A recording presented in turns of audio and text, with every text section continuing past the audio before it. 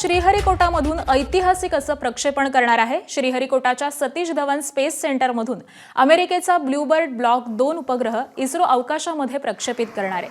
पुढील काही क्षणांमध्ये LVM-3 या रॉकेटद्वारे उपग्रह अवकाशात पाठवण्यात येईल। LVM-3 Bluebird Block 2 mission, a majestic liftoff. The rocket is beautifully searing through the bright अमेरिकेच्या या Shrikota उपग्रहाचं sky. इस्रोकडून प्रक्षेपण होत आहे।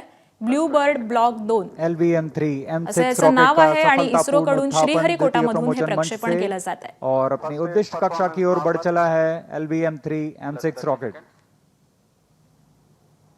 दोनों ठोस नोदक वाले आणि या संदर्भातले माहिती जाणून घेऊयात। मयुरेश प्रभुणे सध्या आपल्या सोबत आहेत।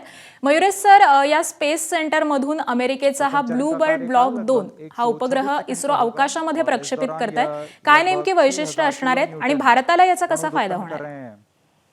आकांक्षा, भारत आणि अमेरिका अशा दोघांच्याही दृष्टीने हे उड्डाण महत्वाचं आहे।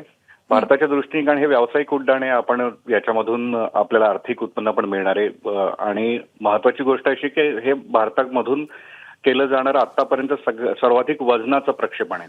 6100 किलो वजनाचा हा उपग्रह आहे। याच्या आधी आपण 4400 किलो इतकं सर्वाधिक वजन पाठवलं होतं अवकाशामध्ये आणि या म्हणजे 6100 किलो या वजनाचा आपल्याला येत्या काळामध्ये फायदा असा आहे कारण याच्या एवढंच किंवा याच्याच्या थोडे जास्त वजनाचं आपण गगनयान पाठवणार आहोत आणि याच रॉकेटच्या सहाय्याने पाठवणार आहोत। त्यामुळे त्या दृष्टीने एक तयारी म्हणून सुद्धा या प्रक्षेपणाकडे पाहिलं जाते।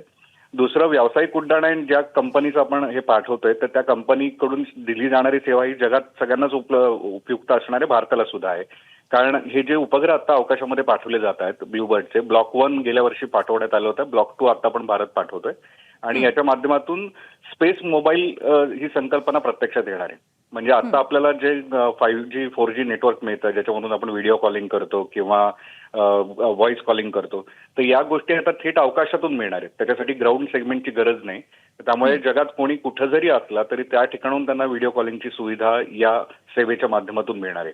सो ही अमेरिकन कंपनी जगभरातल्या अनेक मोबाईल पुरवठा करणाऱ्या कंपन्यांना ही सेवा प्रदान करेल। भारतातही ते उपलब्ध होईल। त्यामुळे भारतात कुठेही डोंगराळ भाग असेल किंवा ज्या भागामध्ये नेटवर्क नाहीये तिथे थेट अवकाशातल्या उपग्रहांच्या माध्यमातून 5G किंवा 4G सेवा मिळू शकणार आहे। अगदी धन्यवाद सर या संपूर्ण माहितीसाठी। एबीपी माझा, उघडा डोळे बघा नीट।